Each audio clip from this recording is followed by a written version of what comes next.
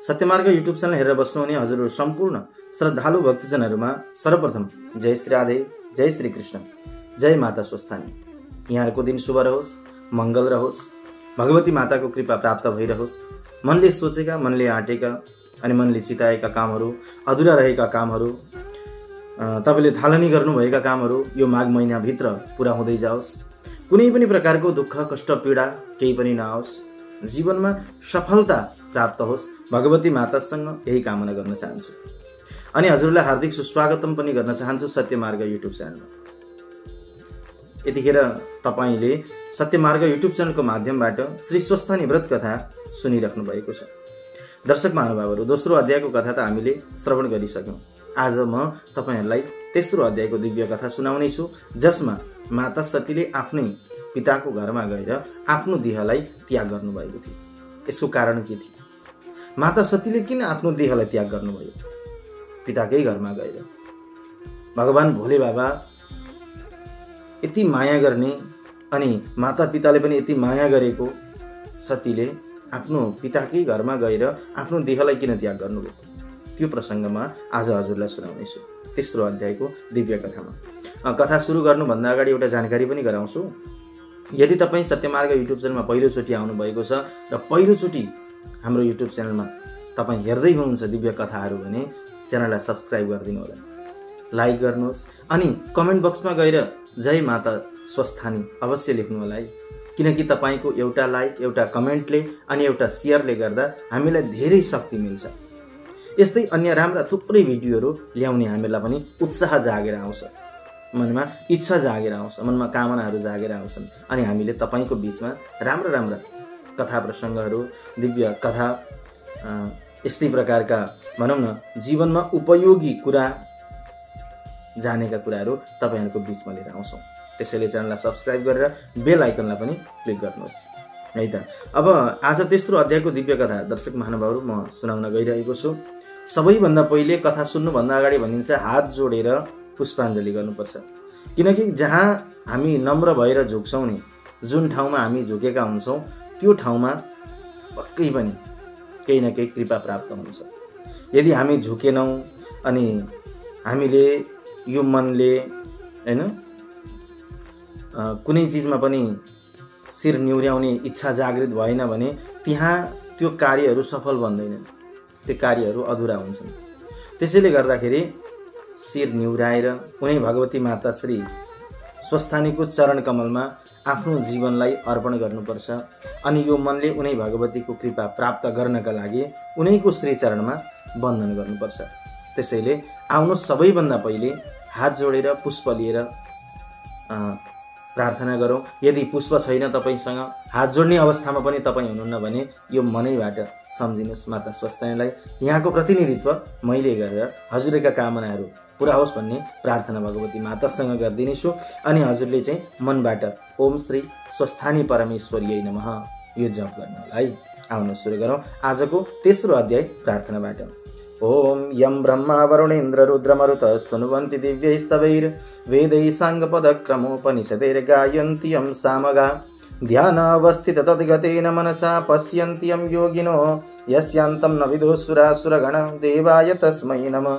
श्रीमच्चन्दन चरचितोज्ज्वलवपो शुक्लम्बरा मल्लिका मालालङ्कृतकुण्डला प्रविलसन्मुक्तावली शोभिता सर्वज्ञाननिदान पुस्तकधरी रुद्राक्षमालाधरी वाग्देवी वदनाम्बुजे वसतु मे त्रैलोक्यमाता चिरम्। मूकं करोति वाचालं पङ्गुं लङ्घयते गिरिं यत्कृपातमहं वन्दे परमानन्दमाधवम्। नमो भगवते तस्मै व्यासाय अमिततेजसे यस्य प्रसादात् वक्ष्यामि नारायणकथामिमाम्। नारायणं नमस्कृत्य नरं चैव नरोत्तमं देवीं सरस्वतीं व्यासं ततो जयमुदीरयेत्। ओम श्री स्वस्थानी परमेश्वर्यै नमः। कुमारजी आज्ञा गर्नुहुन्छ हे अगस्त्य मुनि। अब यो कुरा असंख्य छ, त्यसैले तिमीलाई संक्षेपले मात्र भन्छु जुन तिमीले प्रश्न गरेका थियौ। अब पहिलो प्रश्न के थियो भने माता सतीको जन्म कसरी भयो अनि बिरणीको गर्भबाट उहाँको जन्म भइसकेपछि देहत्याग कसरी गर्नुभयो, यिनै प्रसंग छन्। दर्शक महानुभाव आज जब दक्ष प्रजापतिकी पत्नी बिरणीको गर्भबाट 33 कोटिको जन्म भयो कन्याहरूको। अनि ती 33 कोटी कन्यालाई दक्ष प्रजापतिले बिरणीले स्नेहपूर्वक पालन पोषण गरेर राखिरहेका थिए। यतिकैमा अगस्त्य मुनि भन्नुहुन्छ, हे कुमार, दक्ष प्रजापतिका 33 कोटी कन्या देवताहरूले विवाह पनि गरे अरे नि, त्यो पनि मैले सुनेको छु, त्यो पनि बताइदिनुहोस् न भन्दाखेरि कुमारजी आज्ञा गर्नुहुन्छ, हे अगस्त्य मुनि, एक दिनको कुरा हो। स्वर्गका सम्पूर्ण देवता, ऋषि, यक्ष, गन्धर्व, किन्नर, अष्टवसु, 10 दिक्पाल अनि सबैजना भेला भएर एउटा सभा गरेछन्। अनि सभा गरेर उनीहरूले विचार गरे हामीहरूको विवाह भएको छैन, अब बिहे गर्नुपर्छ। बिहे गर्नको लागि कन्या कसले दिन्छ त भन्दाखेरि कन्या दक्ष प्रजापतिको घरमा छिन्। अब कन्या छिन् भन्दैमा हुँदैन, हामीलाई विवाह गर्नको लागि कसैले कुरा चलाइदिनुपर्छ। त्यहाँ कसले चलाउने भन्दा नारदलाई विचार गर्नु, नारदले कुरा चलाउनुहुन्छ। अनि नारद मुनि भए ठाउँमा सबैजना देवताहरू पुग्नुभयो। नारदलाई भन्नुभयो, हे नारद, अब हाम्रो घर गृहस्थी चलाउनको लागि विवाह गर्नको लागि कन्या खोज्नु पर्यो र कन्या खोज्नको लागि तपाईँले दक्ष प्रजापतिको घर जानु पर्यो, जानुहोस् भनेर पठाउनु भयो। यति सुने नारद पनि हुन्छ भनेर गए। दक्ष प्रजापतिको घरमा पुगेपछि प्रजापतिले नारदलाई देखेछन्। अहो प्रभु, कहाँबाट? प्रणाम छ हजुरलाई, नमस्कार छ, कहाँबाट आउनुभयो आज? मेरो घर पवित्र भयो, कति कष्ट गर्नुभयो तपाईँ, बरु मलाई भन्नुभयो थियो नि म आउँथेँ सिधै। तपाईँले यो पाउ कष्ट गरिराख्नु पर्दैन थियो, के कति कामले आउनुभयो भन्दा देवताहरूले भने अनुसार नै नारदले सबै कुराहरू सुनाए। दक्ष प्रजापतिले भने, हे नारद, यो त असल कुरा गर्नुभयो तपाईँले, छोरीको कन्यादान दिन पाउनु, त्यही पनि देवताहरूलाई।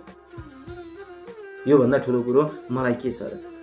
मेरो मन गदगद भयो, मेरो हृदय खुल्ला भयो, आनन्द भयो मलाई। अब भन्नुहोस्, त्यो दिन त्यो समय मिलाएर देवताहरूलाई आउन भन्नुहोस्, म मेरा छोरीहरू सबै विवाह गरिदिन्छु भनेर नारदसँग दक्ष प्रजापतिले बिन्ती चढाए। नारद पनि फर्कियो। अनि फर्किसकेपछि अब दक्ष प्रजापतिले भनेको कुरो नारदले देवताहरूसँग पुगेर सबै वृत्तान्त सुनाए। अनि नारदबाट जब यो कुरा सुन्नुभयो, सुनेपछि देवताहरू पनि खुसी हुनुभयो। बडो खुसीको कुरा हो, आनन्द लाग्यो, हाम्रो विवाह हुने भयो भनेर देवताहरू आनन्द भएर बसे। अनि सबैको मर्यादाले सतीदेवी बाहेक 33 कोटी देवतालाई दक्ष प्रजापतिले आफ्नी 33 कोटी कन्या विवाह गरेर दिए। देवताहरू कन्यादान लिएर पत्नीहरूलाई साथमा लिएर स्वयं आफ्नो आफ्नो स्थानमा गए। अब यो वृत्तान्त भनेको कैलाश पर्वतमा भगवान भोले बाबा हुनुहुन्थ्यो, ध्यानमा मग्न हुनुहुन्थ्यो। कसैले कुरा सुनाउन पनि पाएन, ध्यानको अवस्थामा कसैले भन्न पनि सक्दैन। अनि भगवान भोले बाबाले थाहा पाउनुभयो, मनमा रिस उठ्यो, देवताहरूले यत्रो ठुलो काम गरे तर मलाई बोलाएनन्, यो त ठुलो गल्ती गरेछन् भनेर ध्यान दृष्टिले हेर्नुभयो। ध्यान दृष्टिले हेर्दाखेरि त दक्ष प्रजापतिको घरमा एउटी कन्या त अझै छ। अहो, देवताहरूले मेरो लागि त साँचेर राखेका रहेछन्, किनकि मेरो पनि त विवाह गर्नुपर्छ। अब मलाई कसले कन्या दिन्छ भनेर विचार गर्दै थिए। दक्ष प्रजापतिको घरमा सतीदेवी रहेछन्। अब उसैलाई माग्न जान्छु भनेर भगवान भोले बाबा जानुभयो। दक्ष प्रजापतिले महादेव आएको देख्ने बित्तिकै टाढैबाट भन्नुभयो, प्रिय हेर, ऊ त आउने महादेव होइन, के भन्न आयो त्यो? आफ्नै अर्धाङ्गिनी बिरणीसित कुरा गर्दै थिए। महादेवले घरमा पुगेर तलबाट बोलाउनु भयो, कोही हुनुहुन्छ घरमा? दक्ष प्रजापतिले भने, झ्यालबाट माथि नै आइज बोलायो। महादेव जानुभयो, केही बोल्नु भएन। अनि उसले सोध्यो, त मेरो घरमा के कामले आइस? भाव हेर्नुहोस् त, महादेव, देवताका पनि देवता महादेवलाई आज दक्ष प्रजापति के भन्दैछन्, त मेरो घरमा के कति कामले आइस? अनि भगवान भोले बाबाले भन्नुभयो, हे दक्ष प्रजापति, तिम्रो घरमा आउनुपर्ने काम त केही थिएन, तर पनि तिमीले 33 कोटी कन्याहरूको विवाह 33 कोटी देवतासँग गर्यौ। अब सतीदेवी रहिसिन्, सतीदेवी मलाई देऊ, म सतीदेवीको हात माग्नको लागि आएको। दक्ष प्रजापतिले भन्यो, हे निर्लज्ज महादेव, मेरी कन्या सतीदेवी तँलाई योग्य कसरी होली? त कस्तो छस् भने खरानी घस्ने, सर्पको माला लगाउने, दिगम्बर, कहिले हाँस्दै हिँड्छस् कहिले रोँदै हिँड्छस्, बौला जस्तो जटा फिजाएर हिँड्ने। तँलाई म मेरी छोरी दिन्छु, अलिकति माग्ने बेलामा सोचिनस् त। धतुरो खाने विष भाङ धतुरो खाएर दिगम्बर अर्थात् नाङ्गै देख्दैमा पनि अनुहार नपाए त जस्तो व्यक्तिलाई मैले मेरी छोरी दिनु भनेको आफ्नो खुट्टामा आफै बन्चरो हान्नु, बुझिस्? त्यही भएर यहाँबाट निस्केर गइहाल। तुरन्त गाली गर्यो, अनेक प्रकारले नराम्रो अपशब्दहरू बोले। तर पनि भगवान भोले बाबाले भन्नुभयो, हे दक्ष प्रजापति, यदि दिन इच्छा थिएन भने दिन्न भएको भए हुन्थ्यो नि। यी अनेक प्रकारका कुरा सुनाउनु पर्ने कारणै थिएन। म दिन्न भनिदिएको भए म माग्ने पनि थिइनँ तिमीसँग। कसैले खोज्न त जाँदैन थियो नि, त्यसैले निन्दा कसरी गर्न सकेको? मनमा अनेक प्रकारका चिन्ता भए। मनमा सोच्नुभयो दर्शक महानुभावहरू, भगवान भोलेनाथले। अनि सोचेर यसो विचार गर्नुभयो, हो अब एउटै मात्रै छ उपाय। के गर्ने? भगवान विष्णुसँग जान्छु भनेर भगवान विष्णु भए ठाउँमा जानुभयो मेरो प्रभु।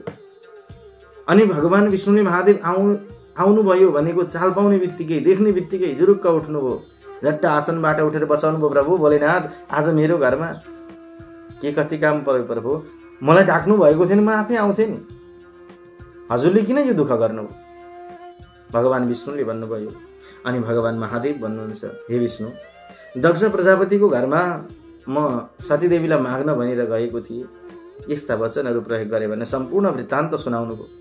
अनि वृत्तान्त सुनाइसकेपछि भगवान विष्णुले भन्नुभयो, प्रभु तपाईँ चिन्ता नलिनुहोस्, यसको लागि म विचार गर्छु भनेर अब दक्ष प्रजापतिको घरमा म जान्छु, जबसम्म फर्केर म आउँदिन मेरो भोलेनाथ तपाईँ यहीँ बस्नु होला, कतै नजानु भनेर भगवान विष्णु दक्ष कहाँ जानुभयो। भगवान विष्णुलाई आएको देख्ने बित्तिकै दक्षले भिरणीसँग भने, हे भिरणी हेर, भगवान विष्णु आउँदै हुनुहुन्छ आज मेरो घरमा, के कति कामले पाल्नुभयो, हिँड भनेर बाहिर गएर भगवान विष्णुलाई स्वागत सत्कार गर्दै लिएर गए, घरमाथि लगेर बसाले। अनि बसालिसकेपछि, हे विष्णु आज मेरो घर किन पवित्र पार्नुभयो तपाईँले, के कति काम पर्यो हजुरलाई, आज्ञा होस् भनेर सोधेपछि भगवान आज्ञा गर्नुहुन्छ, हे दक्ष प्रजापति, म केही दुःख दिउँ इच्छा लाग्यो अनि तिमीलाई त्यो दुःख दिनको लागि आए। दक्ष प्रजापतिले भने, प्रभु के दुःख त्यस्तो? होइन, मलाई पनि तपाईँले दुःख दिनुहुन्छ र, त्यस्तो दुःख के छ? भगवान विष्णुले भन्नुभयो, हेर न, म त्यस्तो वैकुण्ठको अधिपति छु, सम्पूर्ण चिज मसँग भरिपूर्ण छ, तर स्त्री छैनन् मेरा। विवाह गर्न लागेको त कता गर्नु, कोसँग जानु, कसले दिन्छ कन्या, त मनमा सोच्दा सोच्दै अचेत अवस्थामा पुगेछु म त। अनि झट्ट याद आयो, तिम्री एउटी कन्या छिन् नि सतीदेवी, 33 कोटी कन्याको त विवाह तिमीले गरेर दियौ 33 कोटी देवतालाई, अब जुन सतीदेवी छिन् यी मलाई देऊ न। मनमा विषाद नगरिकन, हेर चिन्ता नलिकन मलाई देऊ, म वैकुण्ठको अधिपति, मलाई दियो भने तिम्री छोरीले कुनै पनि प्रकारको दुःख पाउँदिन। दक्षले भने, हे विष्णु, तपाईलाई म कुन मुखले भनौँ? अब नदिऊ भने स्वयं तपाईँ मेरो घरमा आउनु भएको छ, दिउँ भने मेरा पुत्र छैनन् प्रभु, मेरो सम्पत्तिको रक्षा गर्नका निमित्त मैले छोरो जसरी नै पालेर राखेको छु, अब यो मेरी छोरी तपाईलाई कसरी दिनु? के गरौँ? मैले बाचा हारे, नदिउँ भने तपाईसँग बाचा गरेको छु मेरो भगवान, अब दिउँ भने मैले छोरो बराबर पालेर राखेको यो छोरीलाई तपाईको हातमा राख्नुपर्छ। तर पनि ठिकै छ, अब सुदिन ठहरिआएर कन्यादान लिनको लागि आउनुहोस्। यति दक्ष प्रजापतिले भनेपछि भगवान विष्णुले पनि हुन्छ भनेर त्यहाँबाट बिदा हुनुभयो। अनि उतापट्टि गएर भगवान भोले बाबालाई देखेर भोले बाबाले सोध्नुभयो, विष्णु के भयो, कुरो मिल्यो कि मिलेन? भगवान विष्णु भन्नुहुन्छ, प्रभु म गएको काम होला जस्तो भयो। भोलेनाथले भन्नुभयो, होला कि हुन्छ? भगवान विष्णु भन्नुहुन्छ, प्रभु पक्कै हुन्छ, मैले यो दिन लग्नको बेला भनेर ठम्याएको छु, त्यो दिन तपाईले एउटा भिक्षुकको रूप लिएर आउनु, सन्यासीको रूप लिएर आउनु। कतिखेर? जब कन्यादान दिने बेला हुन्छ।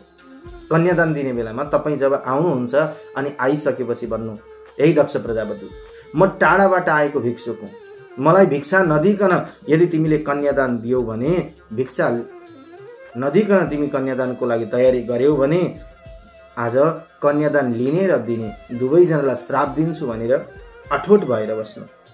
त्यतिखेर म भन्छु, हे सन्यासी, कन्यादानको बेला टर्न लागेको छ, तपाईँ चिन्ता नगरी मेरो छेउमा आएर बस्नुहोस्। कन्यादान सक्ने बित्तिकै तपाईँलाई भिक्षा दिलाउँला भनेर म तपाईँलाई बोलाउँछु अनि मेरो छेउमा आएर बस्नु। म मायाले छलेर तपाईँको हातमा कन्यादान राखिदिन्छु। यस दिन यो बेलामा आउनुहोला।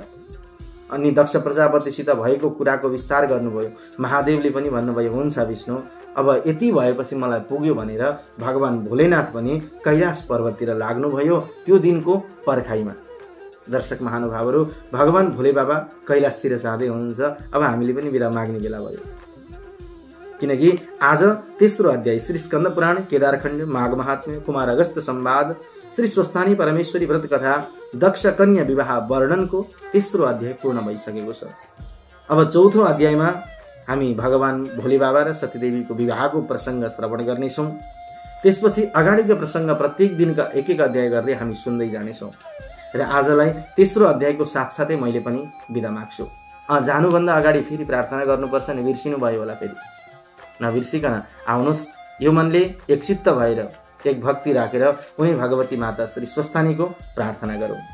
ओम उपनयतु मङ्गलं वः सकल जगन् मङ्गलालय श्रीमान दिनकर्ण किरण निबोधित नवनलिन दल निवेक्षण कृष्ण काले वर्षतु पर्जन्य पृथिवी सस्यशालिनी देशोऽयं क्षोभरहितो ब्राह्मणा सन्तु निर्भया अपुत्रा पुत्रिणः सन्तु पौत्रिणः सन्तु पौत्रिणः निर्धना सदना सन्तु जीवन्तु शरदां शतम् तत्रैव गंगा यमुना च तत्र गोदावरी सिन्धु सरस्वती च तीर्थानि सर्वाणि वसन्ति तत्र यत्राच्युतोद्धार कथा प्रसंग या कुन्देन्दु तुषारहार धवला या शुभ्रवस्त्रावृता या वीणा वरदण्ड मण्डितकरा या श्वेत पद्मासन या ब्रह्माच्युत शंकर प्रभृतिर्देवैः सदा वन्दिता सा मां पातु सरस्वती भगवती निःशेषजाड्यापः कायेन वाचा मनसेन्द्रियैर्वा बुद्ध्यात्मना वा प्रकृति स्वभावात् करोमि यदि यत् सकलं परस्मै